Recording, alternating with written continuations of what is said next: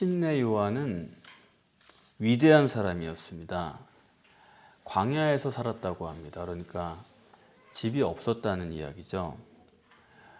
짐승 털옷을 입고 메뚜기와 석청을 먹고 살았다고 합니다. 물질에 대해서 초연한 사람이었다는 것입니다.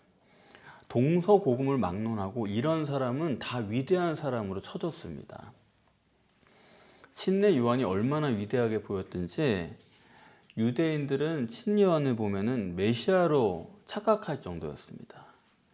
침례 요한은 한 번도 표적을 행한 적이 없음에도 불구하고 늘 표적을 행하셨던 주님은 유대인들이 메시아로 믿지를 않았는데, 그런 유대인들이 침례 요한만 보면은 메시아로 여긴 것을 보면은 그의 실제 삶이 얼마나 위대했는지를 우리가 잘 알 수가 있습니다.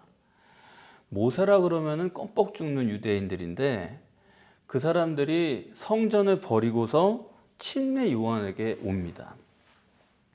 그리고 공개적으로 침례 요한 앞에 와서 자기의 죄를 고하고 침례를 받았습니다.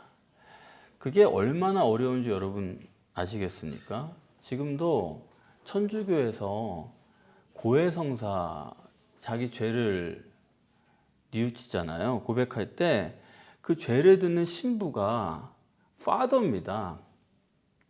갓파더예요. 그런 존재한테 자기 죄를 고백할 때도 둘 사이에 칸막이를 쳐가지고 서로 얼굴을 못 보게 합니다. 그러니까 얼굴을 마주보고 죄를 고백한다는 게 얼마나 어려운지를 보여주는 예예요. 그런데 다른 사람도 아니고 선민사상으로 꽉 찬 자기 자부심이 대단한 이런 유대인들이 침례 요한 앞에 와서 얼굴을 보면서 자기 죄를 고하고 침례를 받았다는 것은 이 유대인들이 침례 요한을 메시아로 여기지 않으면은 도저히 있을 수가 없는 그런 일입니다. 그래서 이 유대인들은 침례 요한에게 와서 죄사함을 받으면은 구원을 받는다 이렇게 생각할 정도예요.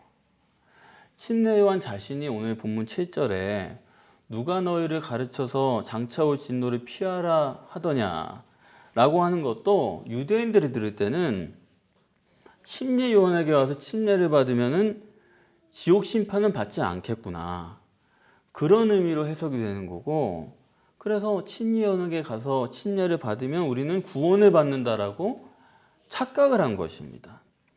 하지만 여러분 아시는 대로 침례 요한은 구세주가 아니고 어디까지나 구세주를 예비하는 사역을 한 것이고, 당연히 그가 베푼 죄사함도 그 자체가 구원이 안 됩니다.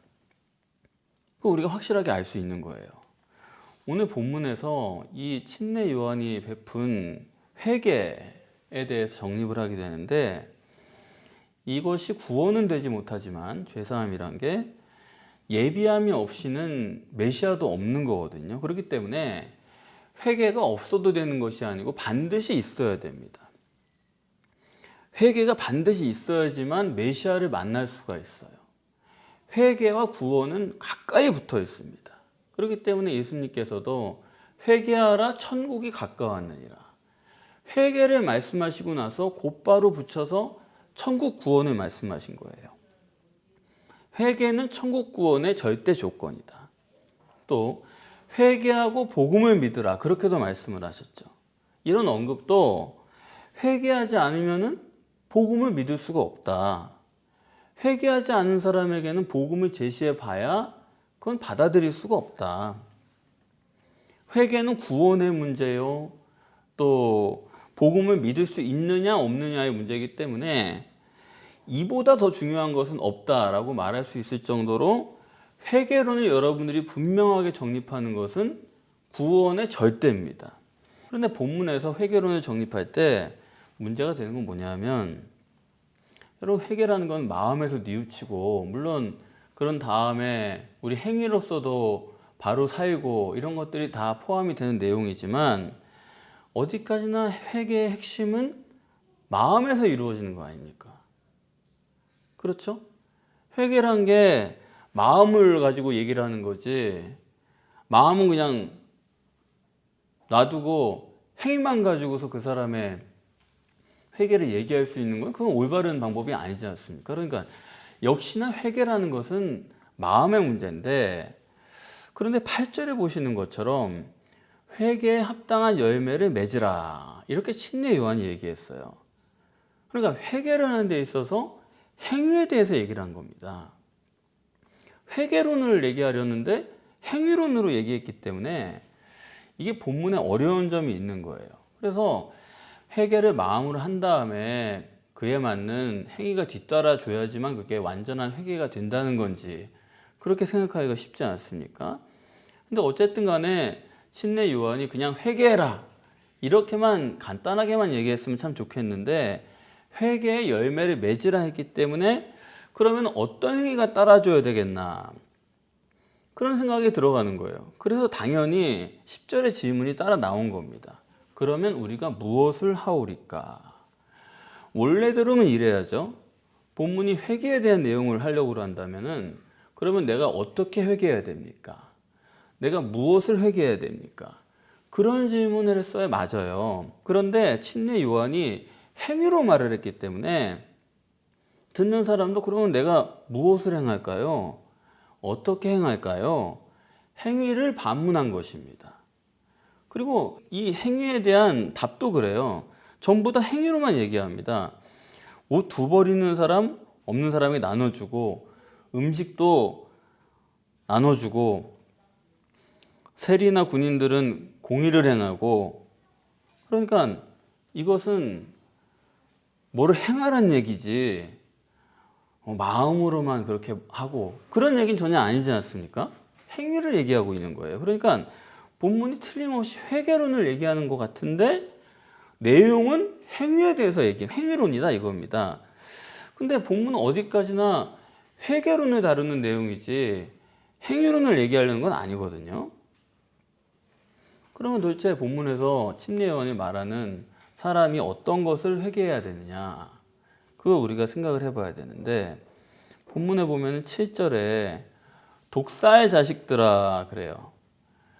독사가 문제예요, 자식이 문제예요? 독사가 문제죠. 자식이 선하냐 악하냐 하는 것은 자식의 문제가 아니라 독사의 문제예요. 독사냐 아니냐 그 문제 아닙니까? 또 도끼가 나무 뿌리에 놓였대요. 왜 뿌리라고 그러죠? 그냥 나무에 놓였다 그러면 안 됩니까? 왜 그렇게 꼭 뿌리라고 얘기를 했습니까? 근본 이유가 초점이 있다 이거예요. 또 나쁜 열매는 그것도 열매의 문제가 아니고 나무의 문제 아닙니까? 그러니까 본문이 얼른 보면은 행위에 대해서 얘기하고 결과고 열매고 그런 얘기를 하는 것 같은데, 7절부터 전개되는 이런 초점을 보면은 원인에 대해서, 중심에 대해서, 마음에 대해서 이렇게 얘기하는 것이지 보이는 육이라든가 행위에 대해서 얘기하는 게 아니다 그런 얘기입니다. 그래서 침례 요한이 주의 백성을 얘기한다는 것도 주의 백성이 이런 마음이고 중심이고 원인론 이런 것들을 얘기하는 것이지 그 사람의 행위나 결과론에 대해서 예비하는 것은 아니다 하는 것을 우리가 알 수 있어요. 그래서 지금 침례 요한이 회개에 합당한 열매를 말하는 것도 이것도 회개에 합당한 행위를 하라는 게 아니에요. 행위에 합당한 행위를 하라고 명령한 게 아니고 회개에 합당한 열매라고 말하는 것이 참 중요한데, 행위는 행위인데 회개에 의해서 되어지는 열매라는 것이지 행위 자체를 해라 그런 얘기가 아닙니다. 이게 무슨 얘기인지 아시겠어요? 그렇기 때문에 우리가 무엇을 해야 될까 이런 식으로 물어보면 안 되는 거예요. 회개를 했을 때 열매란 것이 주어지기 때문에 열매로 그 행위가 되는 거지 내가 별도의 행위를 하는 게 아니다 이런 얘기입니다. 그러니까 열매라는 게 내 의지대로 할 수 있는 거예요. 그게 아니라 저절로 되는 거라고 말하고 있는 것입니다. 그래서 원인이요 뿌리의 문제인 거고, 열매는 원인만 있으면 저절로 이루어지는 결과다라는 논리예요. 그렇기 때문에 지금 침례 요한이 말하는 것은 회개에 합당한 행위를 하라는 게 아니고 회개에 합당한 열매가 있을 것이다. 그 열매를 생각하도록 하는 것이 침례 요한의 얘기입니다. 문제는 이런 거예요. 그냥 침례 요한이 간단히 너희들 회개하라 그랬으면 되는 건데 회개에 합당한 열매를 맺으라 그러니까 그걸 듣고 사람들이 그러면 어떤 걸 행동해야 됩니까? 그렇게 묻는 거 아니에요? 그러면 왜 목적은 회개론에 대해서 얘기하고 싶으면서 왜 이렇게 행위론으로 굳이 얘기했느냐 하는 것입니다. 이 대단히 중요한 점이에요. 사람들에게 영적이고 내면적인 회개를 요구하면은 사람들이 어떠냐 하면은 나 했어 그거 다 했어 그렇게 얘기를 해요. 당신 마음에서 정말 회개하고 이제는 절대 앞으로 그러지 마. 절대 나를 실망시켜서는 안 돼. 그랬어요. 그러면은 알았어. 내가 절대 그러지 않을 거야. 잘못했어. 회개했어. 그러는데 그게 진심입니다. 그런데 문제는 뭐냐면 그게 실제가 되지 않았으면서도 그걸 실제인 것처럼 착각하는데 문제가 있는 거예요. 인간은 그런 면이 있어요. 그래서 본문의 의도는 실제적인 회개가 되도록 하기 위해서 이런 구체적인 예를 드는 것입니다. 인간은 가시적인 결과 기준이고 육체 우선이기 때문에 영적인 것, 내면적인 것은 자기가 쉽게 관념해버리는 경향이 있어요. 이게 어려운 건데 그냥 들리면은 할 수 있어. 또 난 했어. 이런 식으로 생각하는 경향이 있다 이겁니다. 성경만 보더라도 성경에 성령이 하셨다라고 하는 영으로 하셨다고 하는 내용들이 충만한데도 불구하고 사람들은 그 번역을 어떻게 하냐면 성령이 하셨다고 번역을 안 하고 성령의 감화 감동 이런 식으로 바꾸는 거예요. 이해가 되세요? 그러니까 성령이 하셨는데 그 실제적인 사건인데 그거를 성령이 감화하셔서 감화받고 내가 했다. 감동받고 누가 했다. 그러니까 성령이 단독으로 하신다는 걸 사람들이 못 받아들여요. 그래서 성령으로 했다는 그 원어를 바꿔서 성령의 감동이라는 말로 다 바꿔놓은 것입니다. 전지전능하신 하나님 나랑 있어요.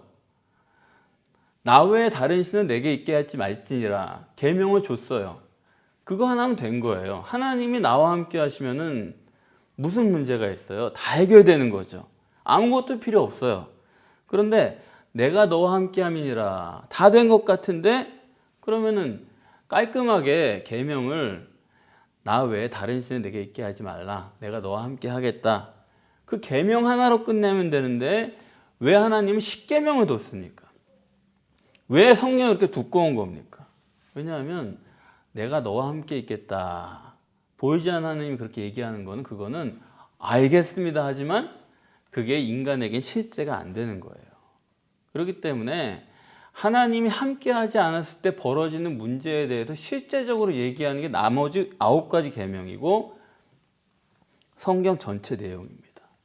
하나님이 너와 함께 하지 않는 한은 너는 부모를 공경할 수도 없고 너는 이웃에게 도적질 당하고 남의 거 훔치고 간음하고 간음 사건 당하고 거짓 증언하고 거짓 증거 당하고 하나님이 함께 하시지 않는 인간의 삶이란 게 이렇다라고 실제적으로 말하기 위해서 계명이 그렇게 많아지는 거예요. 그러니까 하나님은 이런 점을 굉장히 고민을 하세요. 어떻게 하면 가시적 결과 기준이고 육체만이 전부인 인간이 초월적인 영의 세계를 물리적인 실체로 받아들이고 실제로 교제하고 그럴 수 있을까? 하나님이 그걸 가장 고민하거든요. 근데 하나님만 고민하는 게 아니고 저도 그게 유일한 고민입니다. 어떻게 하면 여러분이 하나님을 실제로 인식하고 그분과 실제로 교제하고 함께하고 그런 사람을 만들까? 그래서 여러분들께 배에 성령이 계시다고 제가 말씀드리고 배를 만져보라고 말씀도 드리고 성경도 같이 생각하자고 이 성령과 코드가 맞기 위해서 우리가 그걸 계속 해야 된다고 그렇게 말씀드리는 거고, 설교도 칼럼도 주제가 하나밖에 없어요. 저는 하나님이 어떻게 하면 나에게 실제가 될까, 그걸 위해서 하는 것이고, 오늘 회개론도 그런 이유에서 정립을 하는 것입니다. 우리 자신에 대해서 여러분 생각해 보세요. 인간의 행위의 주체가 누굽니까? 여러분 행위의 주체가 누구예요? 여러분이 무엇 하고 사시는 그게 누가 하는 거냐 이 얘기예요. 여러분이 말하고 행동하고 그게 여러분 자신입니까? 종교에서는 그 주체가 나라는 거예요. 그렇기 때문에 모든 걸 나로부터 시작합니다. 네가 주체니까 네가 훈련하고 네가 결단하고 네가 끊고 네가 이렇게 행동하고 그러라는 겁니다. 근데 그게 맞습니까? 오늘 본문 8절 9절에 정립하는 내용은 그것과는 전혀 달라요. 회개에 합당한 열매를 맺어라. 열매는 내 맘대로 되는 게 아니에요. 그러니까 내 행위의 주체가 내가 아니다 이 얘기예요. 성령이 역사하시면 그 열매로서 내가 행위를 하는 겁니다. 그리고 성령이 역사하셔서 내가 어떤 행위를 하게 되면은 그건 선한 결과를 가져오고요. 다른 한편 나쁜 나무는 나쁜 열매를 맺을 수밖에 없겠죠. 그러니까 여러분이 어떤 나쁜 열매를 맺어도 그것도 여러분이 한 게 아니에요. 좋은 일을 하건 나쁜 일을 하건 인간이 자기가 한다고 생각하면 안 됩니다. 우리는 성령의 역사로 사느냐 마귀의 역사로 사느냐, 그 둘밖에 없어요. 내 의지와 결단과 노력으로 되는 거 아무것도 없다고 보면 맞습니다. 이거 여러분 모르시면은 그거 여러분들이 절대 그리스도인이 되실 수도 없고 구원도 의미가 없어요. 불가능합니다. 성령의 역사의 결과냐 마귀 역사의 결과냐, 그 둘 중에 우리가 살아가는 겁니다.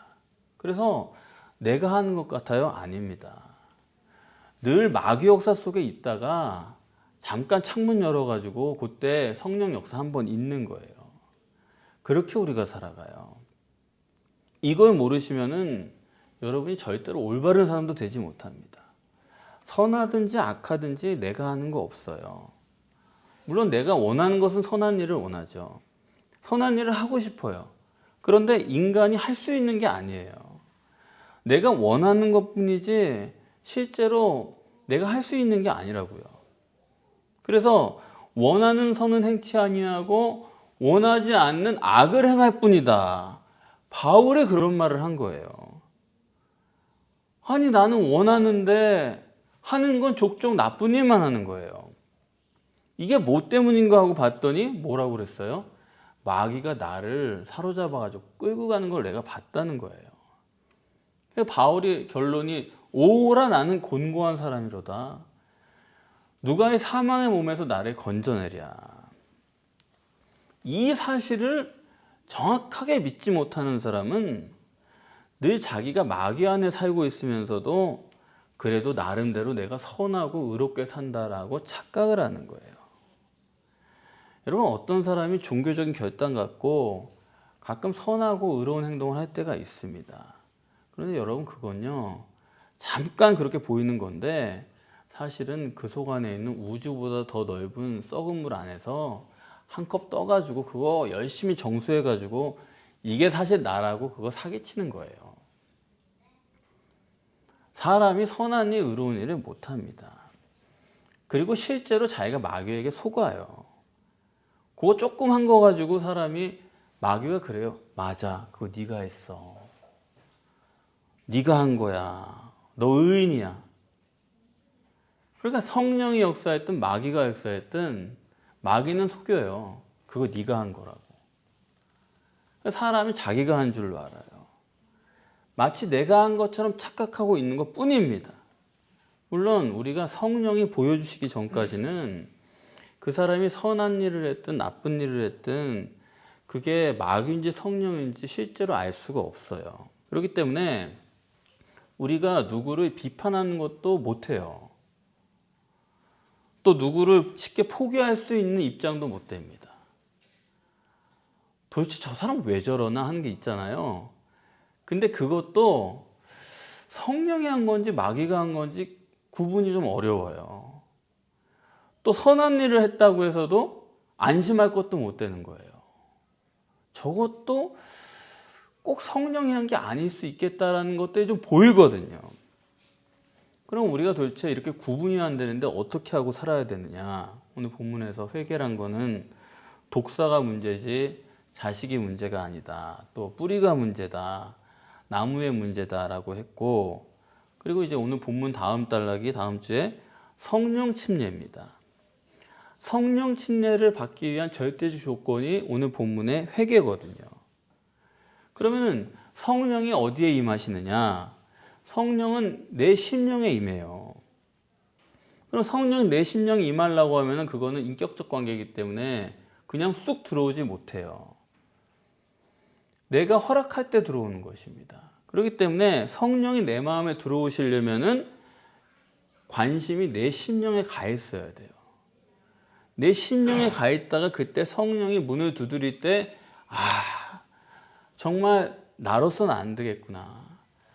성령이 오셔야 되겠구나. 성령님 저에게 좀 오셔서 좀 붙잡아 주시고 해결해 주시죠. 이렇게 될 때 성령 침례가 임하는 거거든요. 그러니까 평소 때 마귀한테 속아가지고 자기 행위를 가지고 자랑하고 안심하는 사람은 자기 심령의 볼새가 없기 때문에 성령이 오실 수가 없어요.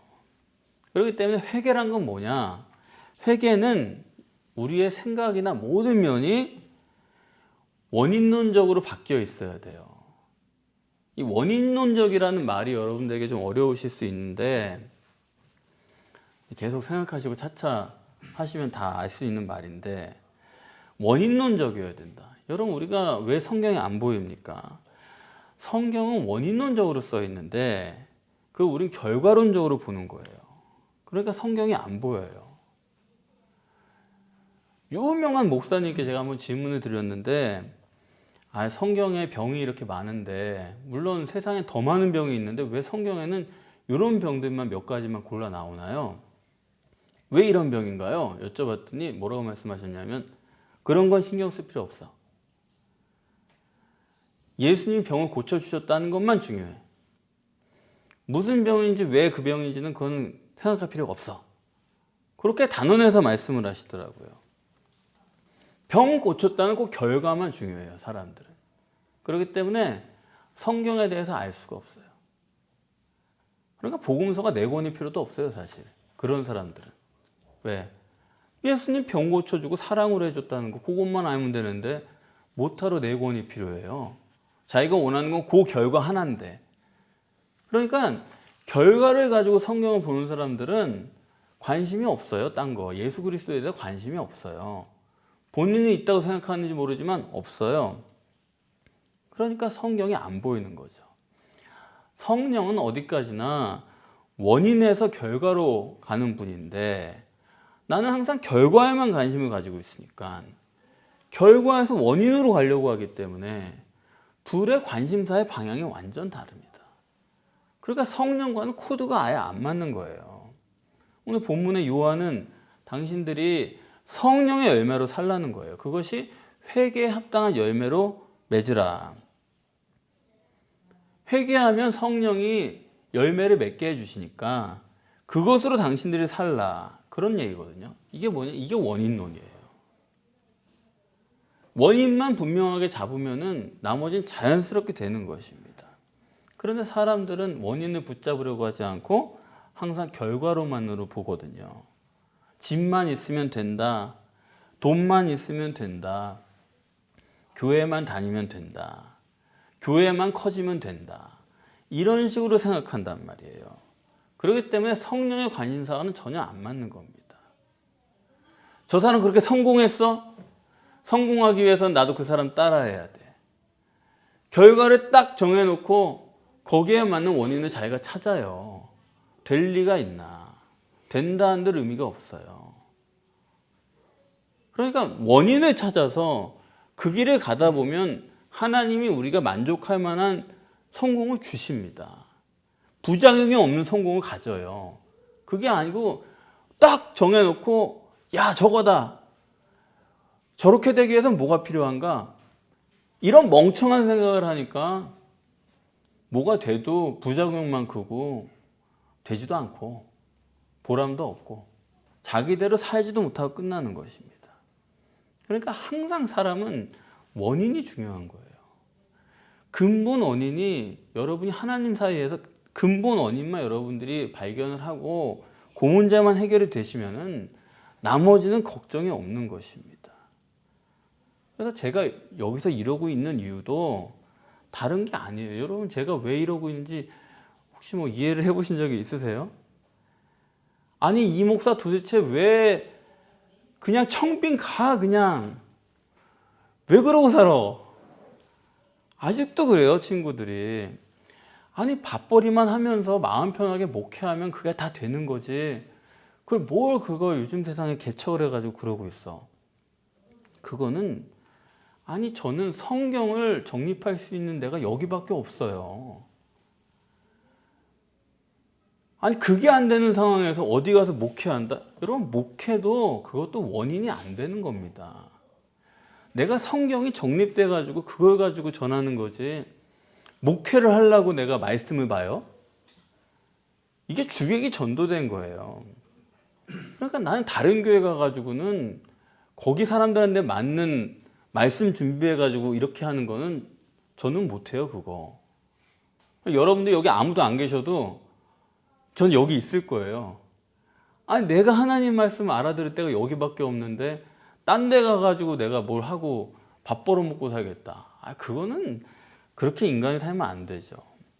그러니까 원인론으로 바뀌기 전에는 저 사람 왜 저러고 있나 그거 이해를 못하는 겁니다. 여러분도 원인론이 분명하셔야 돼요. 그걸 모르시면 안 돼요. 아직도 모르시면 그건 정말 심각해요. 왜냐하면 그건 생과 사의 문제이기 때문에. 그래서 원인론적으로 회개가 되지 않는다면은 여러분 아무리 성경 보셔도 안 믿어집니다. 원인론으로 보지 못하고 결과론으로 보면은 왜 이거 안 이루어져? 왜 내 생활에서 안 돼? 왜 기도응답 안 돼? 그런 사람이 어떻게 하나님을 믿고 성경을 믿어요? 그냥 처음부터 성경 믿는 쪽으로 읽어야지 반대로 그냥 내가 정해놓고 성경을 거기다 대입하려고 그러니까 끝까지 못 믿고 시간이 갈수록 의심만 깊어지는 것입니다.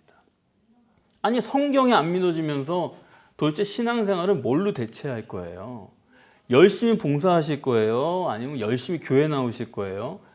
그런 거 해가지고 신앙이 됩니까? 안 되잖아요. 요한의 침례는 성령 침례를 예비하는 것이고 다음 단락이죠. 성령 침례는 그냥 불 받아라 그래가지고 받을 수 있는 게 아니지 않습니까? 그럴 것 같으면 회개로 예비할 필요가 없어요.